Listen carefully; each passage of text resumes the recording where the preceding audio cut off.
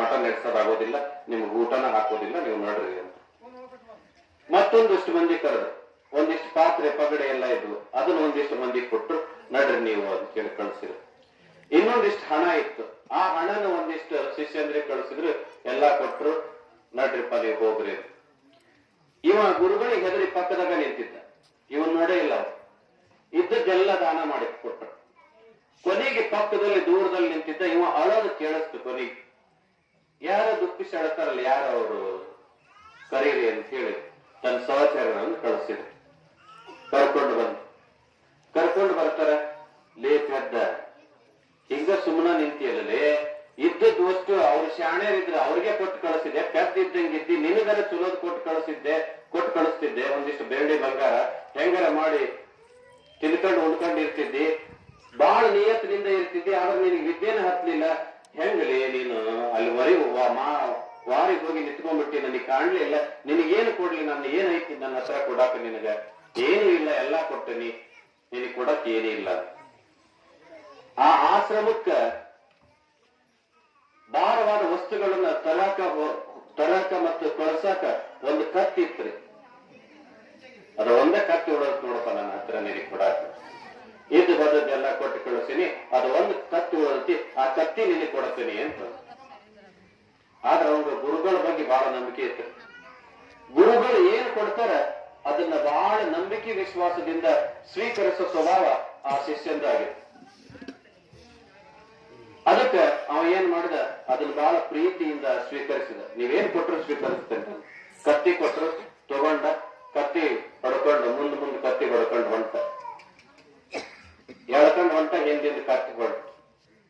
ಅವನ್ ಅದನ್ನ ಮೇಯಿಸ್ಬೇಕಂತಲೂ ಗೊತ್ತಿಲ್ಲ, ಅದು ಗೊತ್ತಿಲ್ಲ. ಒಂದೂರು ದಾಟಿದ, 2 ದೂರು ದಾಟಿದ, 3 ಊರು ದಾಟಿದ.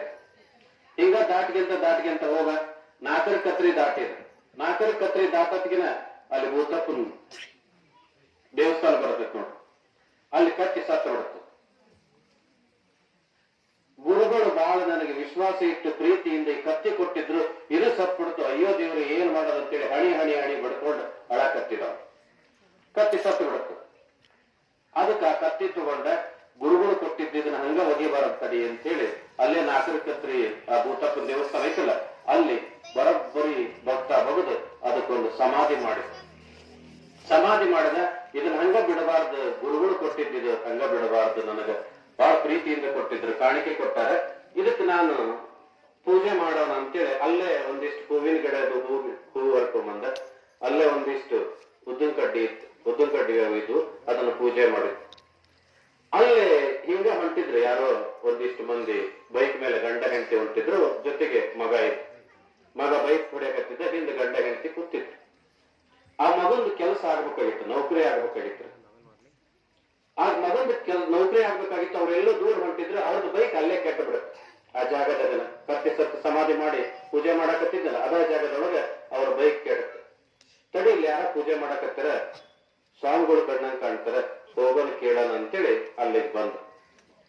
ಅಲ್ಲಿ ಬರ್ತಾರ, ಇವ್ ಪೂಜೆ ಮಾಡಕತ್ತಿದ್ದಾರೆ. ಯಾಕಪ್ಪ ಏನ್ ಮಾಡಕತ್ತ? ಇಲ್ರಿ, ಗುರುಗಳು ದೊಡ್ಡ ಕಾಣಿಕೆ ಕೊಟ್ಟಿದ್ರು, ನನ್ಗೆ ವಿದ್ಯೆ ಕೊಟ್ಟಿದ್ರು, ಆ ಕಾಣಿಕೆ ಕಳ್ಕೊಂಡ್ಬಿಟ್ಟೆ, ಅದಕ್ಕೆ ಆ ಕಾಣಿಕೆನ ಇಲ್ಲೇ ಭದ್ರವಾಗಿ ಹೋಗದೇನಿ ಅಂತ.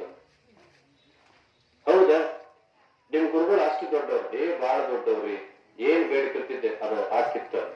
ಆತಪ್ಪ, ನನ್ನ ಮಗಳು ನೌಕರಿ ಆಗ್ಬೇಕಾಗಿತ್ತು, ಅದಕ್ಕೆ ನಾವು ಬೇಡಿಕೆ ಬೇಕಾಗಿತ್ತು, ಚಲೋ ಆತು ನೀನೇ ಇಲ್ಲೇ ಗುರು ಸಿಕ್ಕಿ ಅಂತೇಳಿ ಅಲ್ಲಿ ಅವರು ಹಣಕಾಯಿ ತಗೊಂಡು ಬಂದಿದ್ರು.